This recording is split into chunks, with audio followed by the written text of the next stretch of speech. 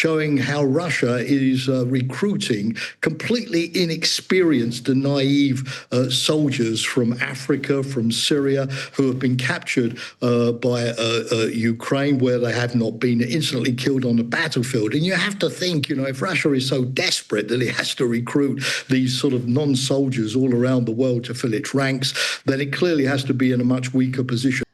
Today on our program, we are joined by Shea, Senior Fellow for Peace, Security and Defense at Friends of Europe and former Deputy Assistant Secretary General for Emerging Security Challenges at NATO.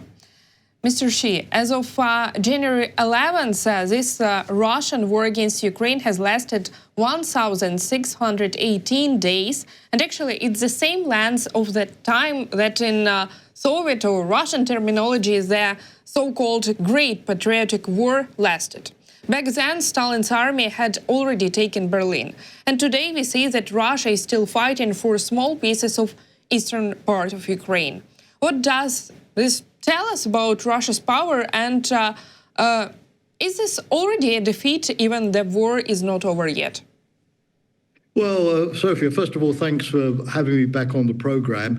I think as you give that historical analogy, it does show that Stalin's Red Army was massively better than the Russian army today, because in the same length of time, it defeated one of the biggest armies and best armies that the world has ever seen, of course, the Wehrmacht of Nazi Germany, whereas Putin's Russian army, with all of its internal problems and its corruption and its lack of professionalism, has not managed to defeat Ukraine, a much smaller country with a much smaller army, in 4 years. So this is clearly not just an indication of Russia's military weaknesses, but it's a great vindication of Ukraine's military strength and the cohesion of Ukrainian society, Ukraine's innovation capacity that Ukraine has managed to hold out for so long. And yes, it's true that Russia today tragically controls 20% of Ukrainian territory, but a lot of that territory, of course, was already in Russian hands. Crimea, parts of the Luhansk, Donetsk, after 2014. And what Russia has managed to increase in terms of territory since the invasion in February 2022 is quite small compared with the situation it was in before. So bravo, Ukraine. Of course, very difficult circumstances, but it's done a magnificent job of holding a massive Russian onslaught in check. Russia seems stuck on the battlefield right now, while the US keeps showing how fast and decisive modern military operations can be. And according to the Wall Street Journal, this year could be even tougher for Putin. Do you think that... do you agree, first of all, that this year will be tougher? And do you think this year could be a beginning for a long-term decline for Russia militarily and economically? Well, certainly we have to hope that, but hope, of course, is not a strategy, Sofia, as you know very well. Strategy has to be based on realism and on facts. But the facts, yes, are indicating that Russia is in a weak position. Number one, of course, the economy is really now starting to go down with inflation, with interest rates and severe pressures. Russia is earning a lot less now from its oil and gas exports. For example, if the United States brings Venezuelan oil back onto international markets, we're going to have an oil glut. The price will go down. Putin will get a lot less from that in the future. And of course, it's those oil and gas exports that fuel Russia's war machine. Of course, there's also the impact of sanctions. They do take time, yes, particularly in high-tech sectors, in raw materials, but they're beginning to bite. Look at, Sofia, the last couple of days, the greater international action against Russia's shadow fleet, which, of course, has been used to trade with Venezuela as well as with Iran. We now have the United States, assisted by the United Kingdom, boarding and stopping and capturing these Russian shadow fleet vessels, even when, like with this incident in the last couple of days, they with with the Marinera off the coast of Iceland, they are flying a Russian flag. So that has to be bad news for Putin as well. And I could talk, of course, at great length about this, Sofia, because it's a very interesting question. But it was a very interesting program on the BBC yesterday evening showing how Russia is recruiting completely inexperienced and naive soldiers from Africa, from Syria, who have been captured by Ukraine, where they have not been instantly killed on the battlefield. And you have to think, if Russia is so desperate that it has to recruit these sort of non-soldiers all around the world to fill its ranks, then it clearly has to be in a much weaker position. I could give many other examples, but yes, it's not just hope. I think there are some facts that point in that more positive direction in 2026. Do you think the West and the US and Europe still have some tools to put pressure on Russia, or they have already used all of them? Well, no, there are clearly lots of things that you can do still doing the sanctions. Unfortunately, the EU did not reach a decision before Christmas, as you well know, to use the Russian frozen assets in Brussels and elsewhere to convert into loans for Ukraine, although fortunately there was an alternative of the EU floating a 90 billion euro loan for Ukraine. But that issue of Russian frozen assets still has to be adequately addressed. You can still do a lot, for example, to stop Western companies servicing Russian ships in the oil and gas market. The decisive action against the shadow fleet, it's starting, but of course there's a lot more that you can do there as well to stop importing Russian fertilizers, Russian nuclear materials. Although there are a lot of sanctions on Russia, the noose, if I can use that phrase, the noose is not yet as tight as it could be. On the other hand, there are some signs that, Trump is becoming more frustrated with Putin.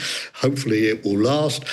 He announced yesterday 25% tariff on Russia, although connected to Iran, not immediately to Ukraine, but it, of course, will further increase the economic pressure on Putin if that 25% tariff is applied as well. And we have seen, a more robust American approach to Russia, boarding that Russian shadow fleet tanker.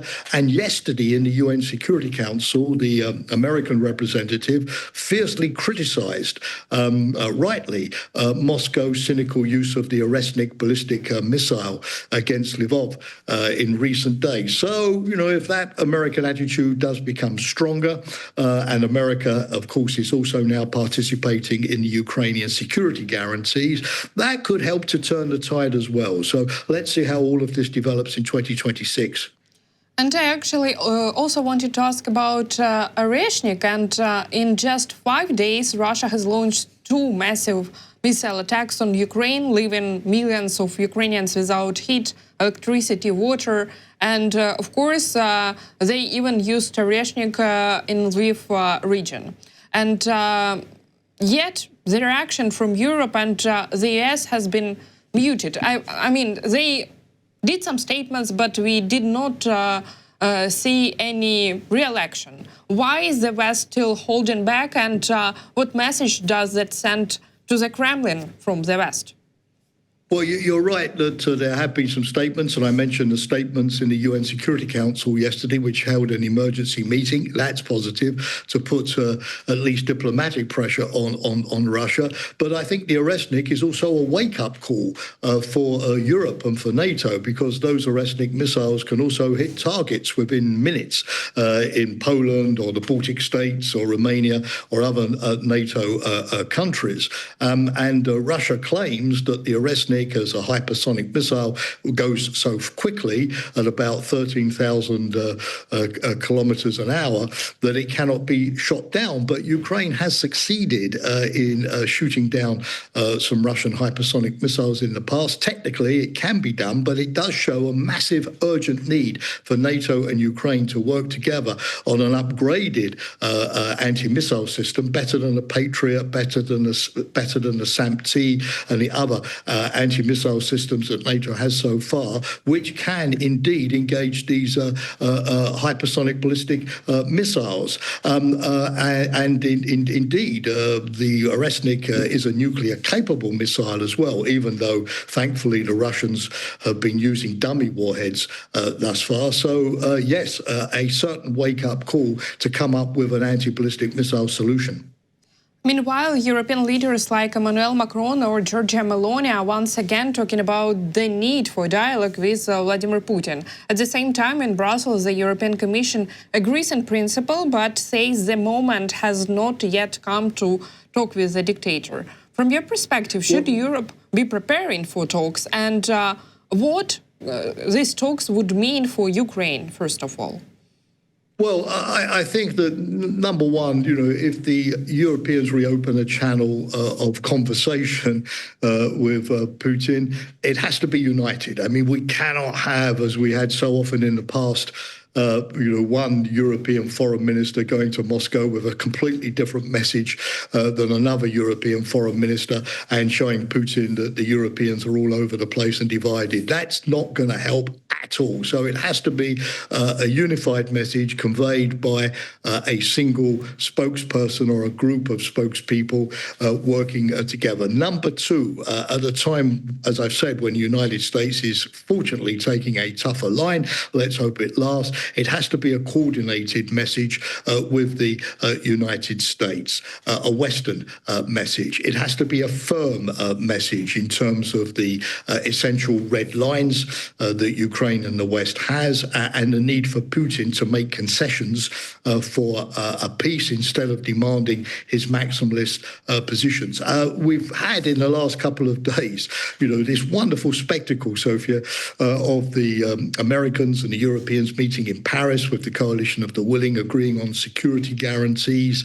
They're now working together. The US has agreed to participate in the security guarantees. That's important. So let's see at what extent to when a European démarche might be useful, but it has to be carefully prepared and be united, and certainly, not convey an impression that Putin can gain more by talking to Paris or Rome or Berlin than Washington or another capital. So Europe has got to be careful here. Putin is the master of divide and rule, as we know from previous experience. But do you think Putin could be interested in talks with Europeans? Oh, yes, he'll be definitely interested if he feels that this can be used to sow weakness. I don't think he's ever going to refuse to receive a European counterpart, and he would obviously use these contacts to probe for weaknesses, even if they were not immediately evident. But I think Europe has got to be very, very careful now. We finally have, Sofia, as you know, after months of difficult negotiations in Mar-a-Lago, in Florida, in Berlin, in Paris, in Washington, we now finally have a sort of an agreed Ukraine-US Europe peace plan where we had different views in the past. It's not complete yet, of course. There's the territorial question that needs to be addressed. That's fundamental. There's, of course, the issue of the security guarantees, which are there, but which still need a little bit more precision and granularity, and other issues like Russian war reparations. 90% of the work has been done. So now that we've finally got that common approach by the West vis-a-vis Ukraine, that has to be sustained. And any talks with Putin has to be based on that peace plan and not give Putin the impression that he can sort of unravel it and come up with a different peace plan of his own. And we also have another brutal reality data, I would say, because according to Bloomberg, 2,400 Ukrainian civilians were killed in 2025, and it's 30% more than the year before these peace talks actually started. And is Russia deliberately escalating to the strengths its hand at the table, or using civilians as a target because it cannot show big achievements on the front line? Absolutely. It's using terror attacks. Its war is not just against the Ukrainian army in the field. Its war is against Ukraine. It's government, its population, its values, its society, against the whole notion of Ukraine's independence. It's an existential fight for Ukraine. And indeed, the statistics that you cite are statistics produced by the United Nations, which reports that it's not just 31% vis-a-vis 2024, but 70% more civilian deaths and casualties vis-a-vis 2022. And we know, Sofia, that the UN is very cautious when it estimates these civilian casualties. And in reality, I'm not blaming the UN because it has a very strict methodology, but in reality, we know that the figure is far higher, and over 1/3 of the deaths in Ukraine are now civilians vis-a-vis soldiers on the battlefield. So yes, Russia is upping this strategy. Partly it reflects, as you said, frustration in not being able to win the war on the battlefield, but it's of course also part of Russia's attempts to destroy the ability of Ukraine to function as a democratic sovereign country. From Kiev, after nights of missile strikes, here we don't feel that the peace process can bring something to us, unfortunately, and actually. It feels like a pressure from Putin's side, these night attacks. And my question for you, do you believe that Putin is genuinely interested in ending this war, or we are just seeing a simulation of negotiations designed to buy time for Moscow? Well, we can only go on the facts, of course. We don't quite know what's inside Putin's mind. But the facts don't suggest that he's interested in peace. He's continued with his maximalist positions. He's rejected very important things for Ukraine and the West, like a European reassurance force on the ground. In other words, he's rejecting credible security guarantees. He still has larger territorial ambitions and is not willing to settle on the current lines of contact. He's refusing Russian reparations or accountability. These are important things. So the evidence, yes, doesn't show that Putin is willing to give up yet. Given his autocratic control of Russia, he believes that he can still squeeze, like juice out of a lemon, that he can still squeeze more economic sacrifice and more casualties out of Russian society yet to fight this war. But if at least Russian intransigence convinces Trump that, his earlier belief that he could negotiate with Putin, get Putin to make concessions, pull off a deal. If this illusion fades and Trump recognizes that Putin isn't interested in negotiation, it could hopefully swing the US behind the earlier strategy of assisting Ukraine with weapons, with military support, and helping, therefore, Ukraine to get itself into a better military position. I mean, if the war continues, the only rationale for the war continuing is that it would give Ukraine an opportunity to put itself in a better position. Otherwise, there's no strategic rationale for the war to continue. So hopefully that will be the result. I mean, yesterday, the Ukrainians did a deal on lithium with an American consortium. So the United States is also seeing the advantages that it can get economically from supporting Ukraine. So let's see what happens in Washington. But the encouraging sign is that there's still overwhelming support for Ukraine in the US Congress, in American society, according to opinion polls. The recent US Defense Authorization Act did provide support for Ukraine, although modest compared in the past. So we have to hope that, as I've said, this greater US involvement alongside Europe in a sustainable peace for Ukraine will continue in 2026. But the evidence is that it takes two to tango, and the Russian dancer doesn't want to come onto the dance floor. And my last question for today, President of Ukraine Volodymyr Zelensky says that one of the toughest issues during the peace talks is, of course, Donbas.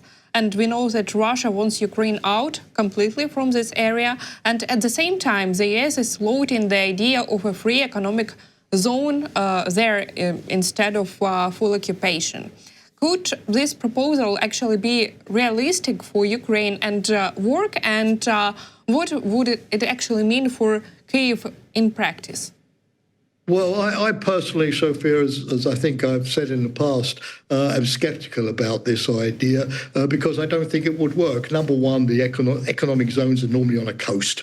Look in China, elsewhere, because they have easy access to shipping and trade and exports. An inland economic zone far from the coast with poor transport and logistic links isn't going to attract any investors. Secondly, the area has been very badly damaged, and who is going to pay the money to invest in a situation of high tension still, even after a peace between Ukraine and Russia? The third thing is the Russians have made pretty clear that as far as they're concerned, an independent economic zone is going to be totally controlled by Russia. If not at least Russian tanks, you're going to have Russian policemen, Russian paramilitary groups.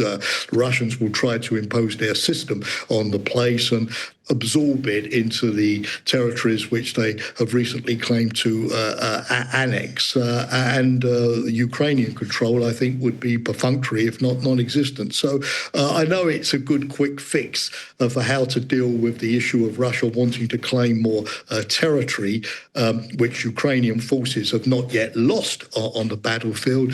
But personally, I have doubts as to how it's going to function unless it's really a massive concession to Russia in disguise.